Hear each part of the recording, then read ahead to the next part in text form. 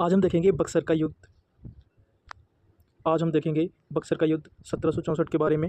ये भारतीय इतिहास का एक निर्णायक युद्ध था। बात होती है 22 अक्टूबर 1764 को बिहार के बक्सर नामक स्थान पर गंगा नदी के किनारे इस युद्ध को लड़ा गया था। यह युद्ध ब्रिटिश ईस्ट इंडिया कंपनी और 3 भारतीय शासकों की संयुक्त सेना के बीच में लड़ा गया था। आप ये 3 शासक देख सकते हैं। मीर कासिम जो कि बंगाल के नवाब थे, शुजा-उद-दौला जो कि नवाब थे अवध के, और शाह आलम द्वितीय थे जो मुग़ल सम्राट थे।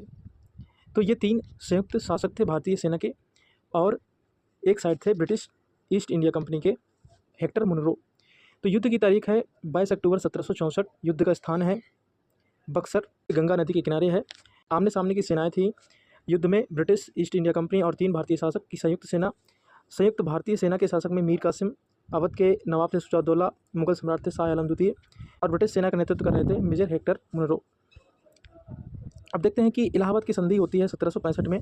युद्ध की समाप्ति के बाद रॉबर्ट क्लाइव और भारतीय शासकों के बीच इलाहाबाद की संधि हुई, जिसने भारत का भाग बदल दिया।